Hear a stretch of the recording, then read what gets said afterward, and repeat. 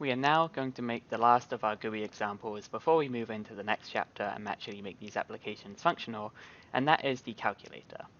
As simple as this may look, you probably know by now after making these 3 other programs, it's not going to be that simple. Like, how do we make this with this amount of buttons and spacing and just everything that's going on here? Well, pseudocode, as we brought up in chapter 9 and 10, is very important, as well as pseudocode, UML diagrams, all of that stuff, extremely important. So saying that, I drew out how I think we could make this, and this is what I came up with. So we have our outer pane here, right? And we're going to be using a grid pane. As you can see, this is 0, 0 row, 0, 1 row, 0, 2 row, 0, 3 row, 0, 4 row, and 5.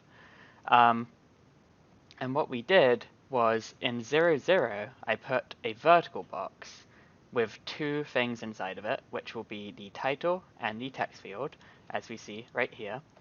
And then below that, we then have 5 horizontal boxes. The first 3 horizontal boxes are the same because those are the numbers 1 through 9, 1, 2, 3, 4, 5, 6, 7, 8, 9.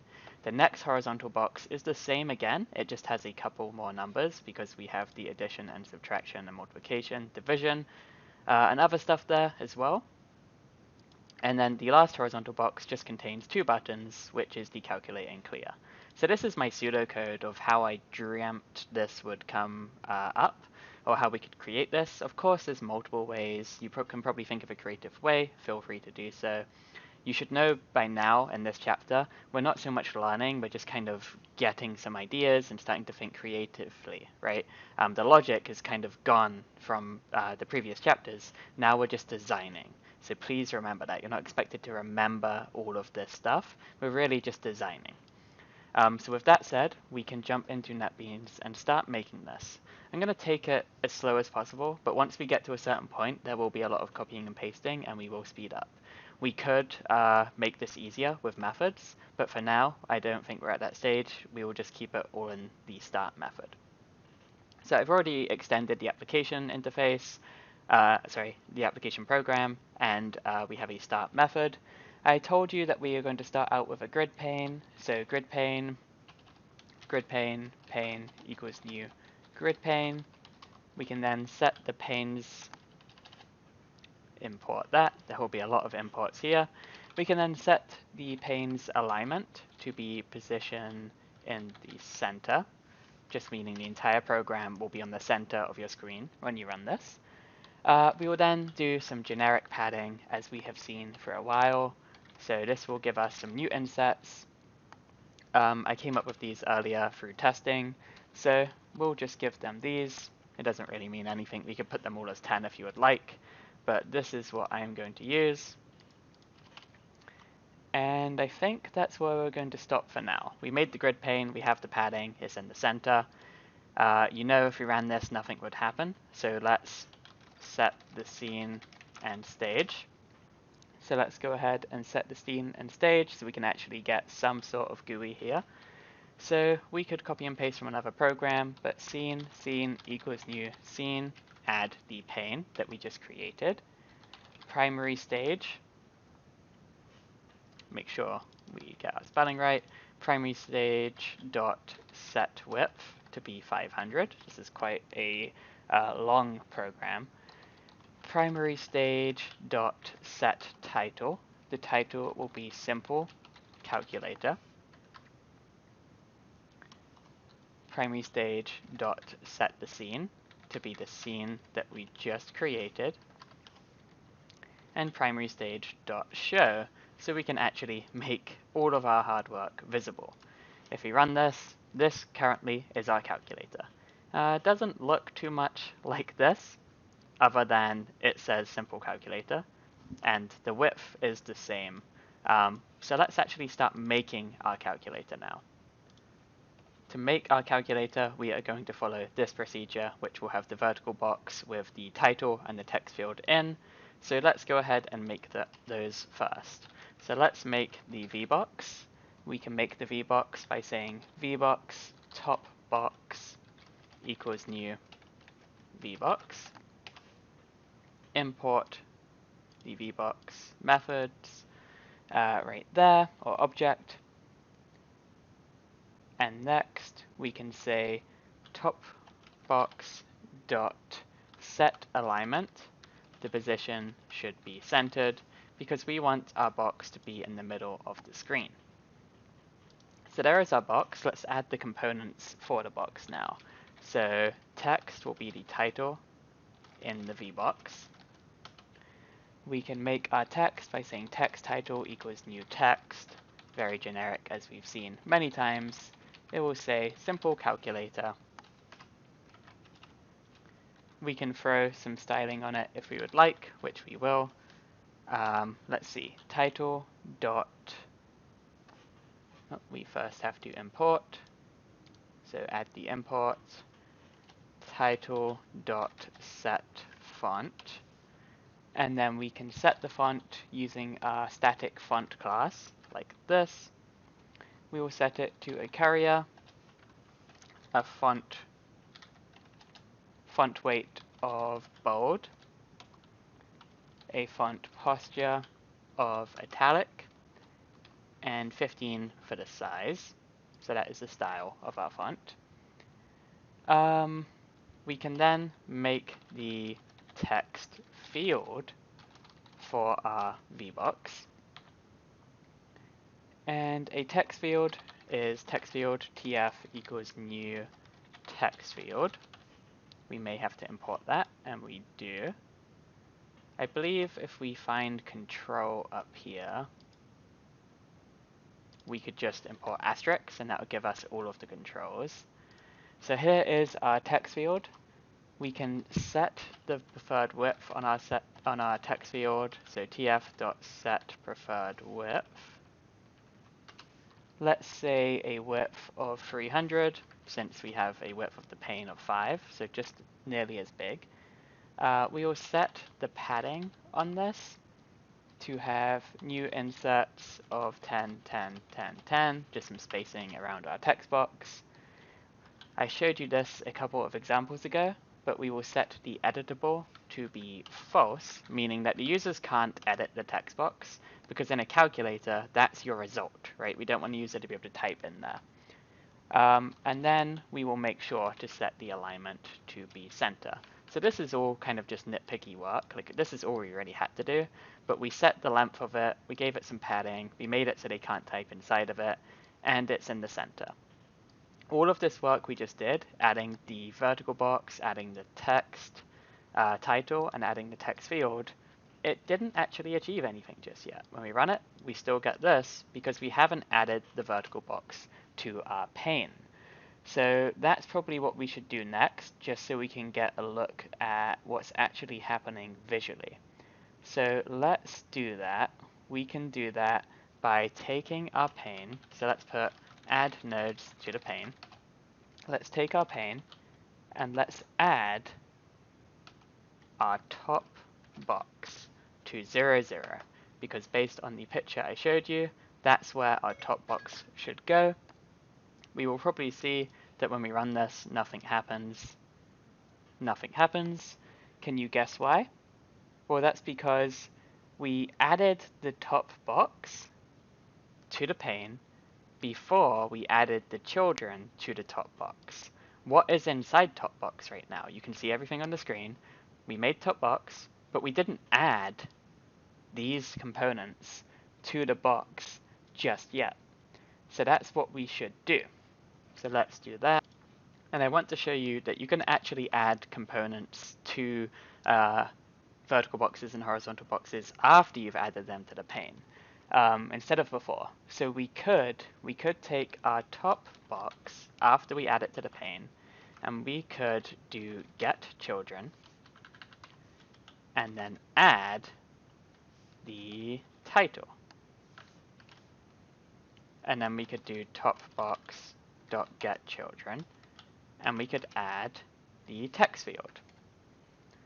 So we add the top box to the 0, 0 of our pane, which is a vertical box. We then add the title to the top box, and we add the text field to the top box, which are now on our pane, and that should achieve this, which it does. If I take out one of these lines, if I take out the text field, you can see that just the title is there. And if I take out the title, just the text field is there. You can also see that we cannot type inside of here. You can probably hear me trying to type in there. That's because the set editable is set to false. Everything is centered, as you can see. The width of the text box is 300. If I didn't have that in there, we would probably, much smaller. So by putting that 300 in there, it just gives it a nice size. We now need to continue. We have part of this, as you can see. Right, we have the vertical box. Now we need to make the 0, 1, 0, 2, and 0, 3. Once we had the first one, the rest should just be copying and pasting until we get to the bottom two. So let's move on to that one now. Before we move on, I just noticed that the spacing between these two nodes are very tight. So in my VBox object, I'm just going to put a 15 here to put the spacing of vertical distance between them to be 15 pixels, like that. We can now move on to making our HBox. So let's call this HBox1, first set of buttons, because that's exactly what this will be. This will be the numbers 1, 2, and 3. So we can say HBox, HB1 equals new HBox. Let's put some spacing 15, like we did for the vertical box, so the distance between the nodes should be 15 here. We can then make sure that our HB1 has a center alignment like everything else, and it does now. And that should be all we have to do. Now we just have to make some buttons and stick them in our horizontal box, and then add that to the pane. So let's make the buttons. We might as well make all of the buttons while we're here. So we can say buttons b1 equals new button, b1 equals new button. And then we will put the number 1 here. And then we are going to get copy and paste happy and do this several times. Hopefully that's enough. So button b2, 3, 4, 5, 6, 7, 8, 9. Let's change these to 2, 3, 4, 5, 6, 7, 8, 9. You can probably think to yourself, maybe we could use methods for this, and yes we could, but for simplicity we will do it for this way right now. And then we're going to need a couple of other buttons, such as the add button, subtract button, so add, sub, maybe a multiply button, and a division button. Put them to what they should be. Just a couple more buttons here. We will need that clear and calculate, right? So button be clear equals new button that says clear, and button be calc for our calculate should look like this. So here are all of our buttons, which will fill all of these. So there's all of our buttons. We don't have to keep going back here and making a button every time we go to a new horizontal box. They're all made, and they are all the correct name corresponding to their number or operation, sorry. So what we can do now that we have our buttons is add these buttons to our horizontal box 1, but just these first 3. And then we'll do the same with the second and the third. So I am going to come down here, and I am going to add buttons to H1. We will do this by first adding to our pane the HB1 at 0, 1. What this is going to do is this is going to place this row, this horizontal box, on the first row. So that's what that does. We can then, now that we have the horizontal box in the row, we can then take our HBox1, how did we spell that? HB1, and we can get children, and then we can add button 1, and do the same for button 2 and button 3. I'll show you a much easier and cleaner way to do this when we get to the next one. But if we run this, there we have it. The buttons are in there. Obviously the spacing is not ideal, and the size of the buttons certainly do not match this picture. So let's work on that first. So for the scaling, I think what we want to do is come up here. And we want to scale our buttons. So we can do that using the scale method. So I believe all we will have to do is say hb1 dot set scale, and we can set our x scale, which is our horizontal, to 1.5, and if we set our y scale to be 1.5 as well, that will give us a square shape, right, because they have the same height and width, and 1.5 is about size and a half, 150%. Let's see how that looks. Much better in size, right? The buttons look much more clickable and easier to see now, but they are definitely overlapping the text field, which is a problem. So let's figure that out. At the very top, where we set the padding, I think we need to set some h gaps and v gaps here. So let's say pane.set h gap and pane.set v gap. We can take a look at what 0 looks like. Obviously the same. If we change this to 5, it probably won't do much help. It pushed them down a little bit. But maybe something like 25 on horizontal and vertical, much cleaner, right? That looks a lot nicer. So this is just trial and error, really. I've done this before, so obviously I'm not just coming up with all of this on the top of my head. It does take a lot of trial and error to get your perfect fit for GUI components inside of Java.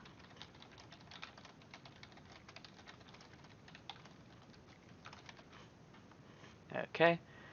So now we have done that, I think we're pretty much ready to just move on to the buttons for 4, 5, and 6, right? There's nothing else we have to do for those. Right, so now we can really get into some copying and pasting here.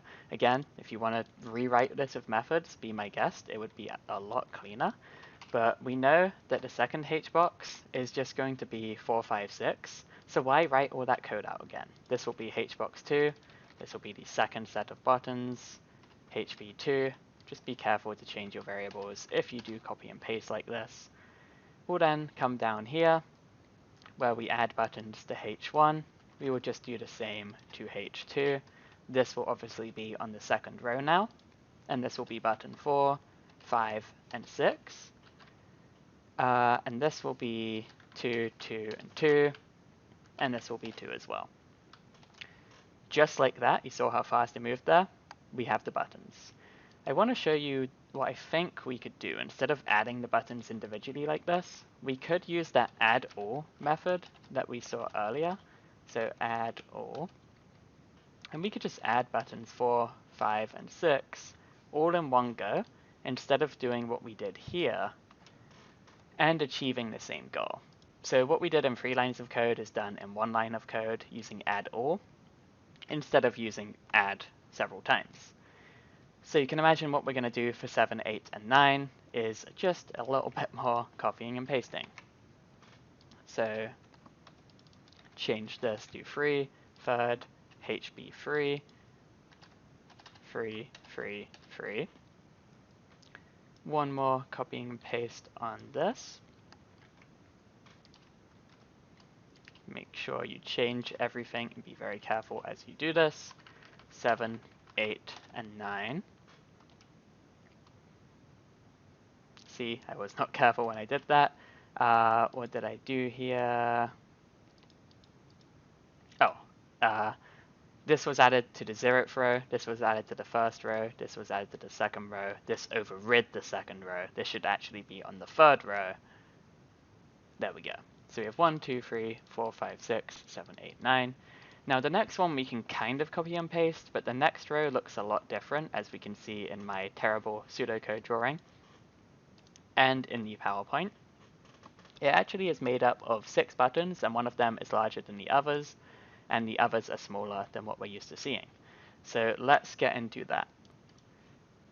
This is going to be hbox 4, so we could take this change this to 4. This will be the 4th set of buttons, 6 total in this and this one. So this will be HB4. We'll keep it at 15. We will keep the alignment to be centered.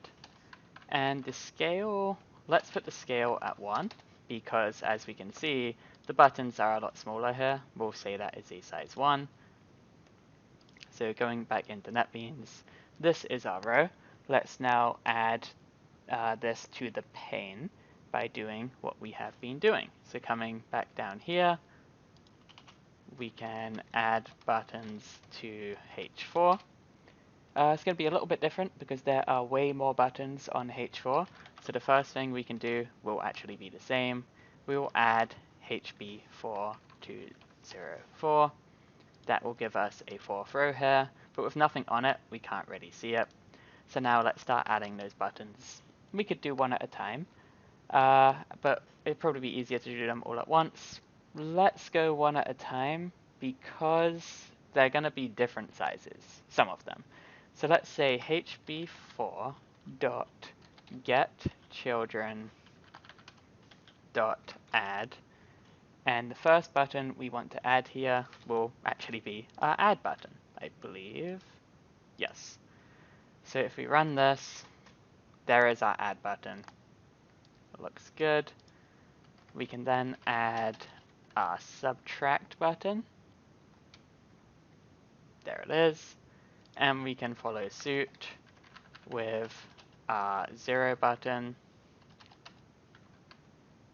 What was that called? B0.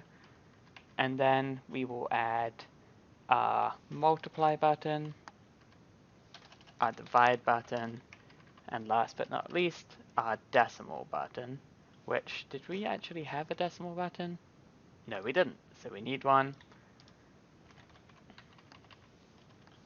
If the user wants to type in a decimal, there we go, and we can add, there we go.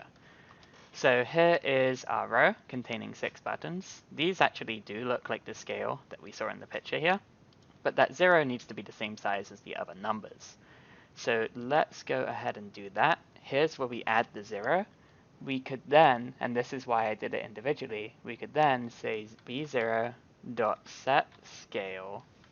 The y-axis could be 1.5, just like all of the other buttons are. And the x-axis can also be 1.5. There we go. So now the 0 is bigger than all of the others. We probably could have used add all here, but this works just as well, just a little bit longer. And we're not concerned about how our code looks right now. We should be, but we're just getting into this, just learning this. Design patterns, that's what we're focusing on. Next, we just have to make that last row now, which has 2 buttons. Those 2 buttons are calculate and clear. So let's go ahead and make those. This will be another horizontal box. So let's go and make horizontal box 5, which will be our last one. Probably get away with copying and pasting like we have. Hbox 5. This will be the calc and clear buttons. Center alignment, of course. Let's take the scaling out for now. We'll get to that when we get to that. And now we just have to add those buttons to the pane. And then we'll do some designing, like color, but that will be the very last thing we do. So coming down here, we need to add that. That would be here. So add buttons to H5. We can first add them to the pane itself, add the hbox to the pane by saying add hb5 to 05. That puts our hbox on the 5th row or 6th row if you're starting at 0, which we are.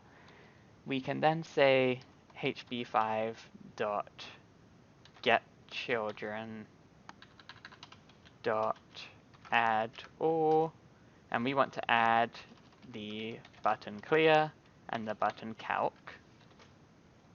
Running this, we did that.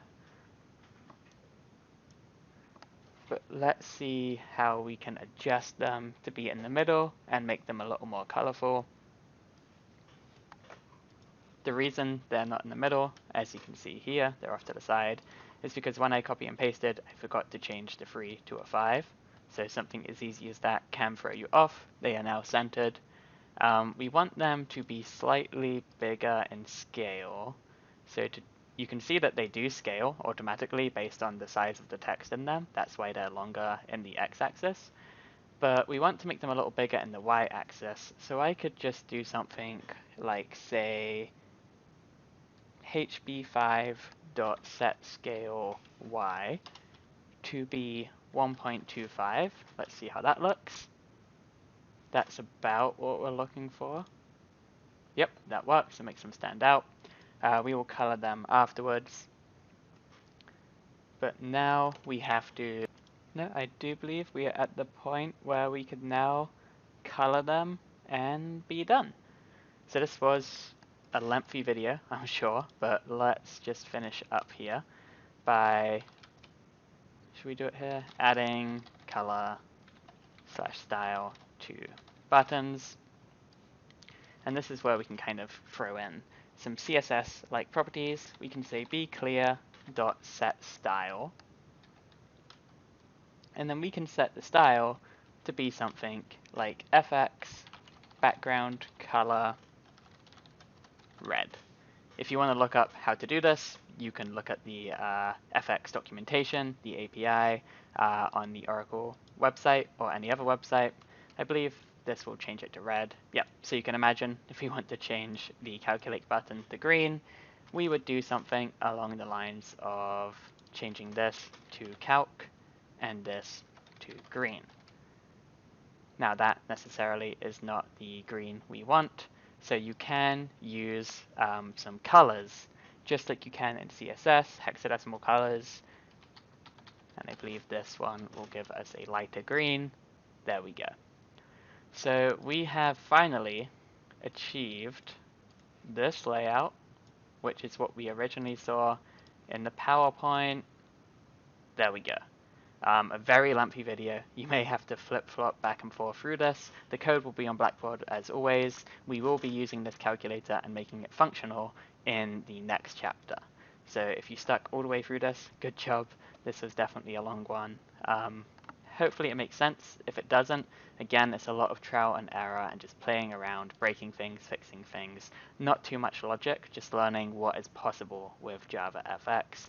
And as you can see, a lot of copying and pasting for now, before we start turning things into methods, which we will definitely be doing in the next course, if not by the end of the semester.